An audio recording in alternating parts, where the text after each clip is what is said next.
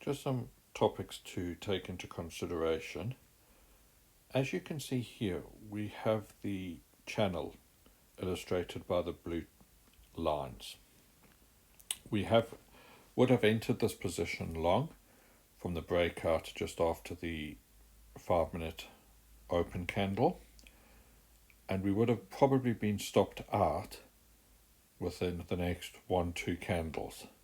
However, in this situation, I wouldn't have put my stop loss at the bottom channel, but at the pivot. Basically, as you can see, the price bounced right off the pivot, came back up, hovered around the top channel, came back down a bit, and went and broke out and hit the top pivot level, the resistance. As you can see then, that the price only hit the top pivot, the resistance level, and in reality only probably gave us a 1-to-1 risk to reward.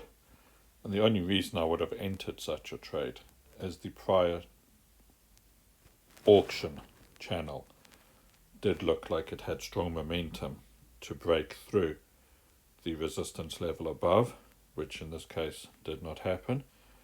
However, we still would have hit a 1-to-1 trade.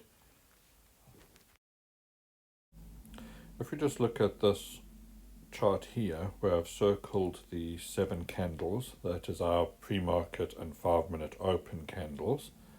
I'm just going to zoom out and clean this up. Okay, so I've zoomed out on the previous chart, and the market open is in the middle of our screen now, and as you can see, we have a strong upward movement. However, let's just say our target was above, just slightly above that resistance level.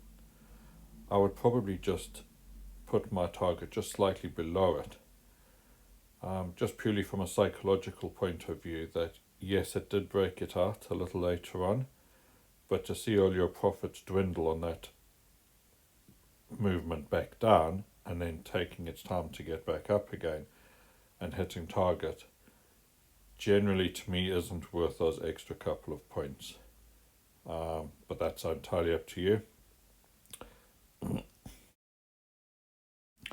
One final point to take into consideration when trading the South African index is, if you're trading it from overseas, just be aware of South African public holidays.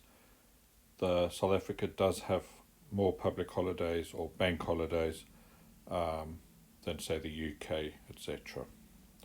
So just make a note of them and remember not to trade those days.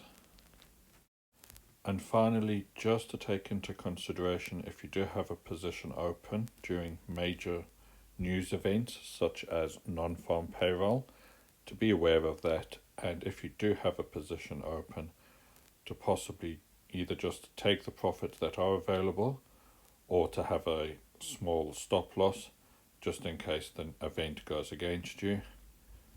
And that's about it then. Thank you for listening and watching.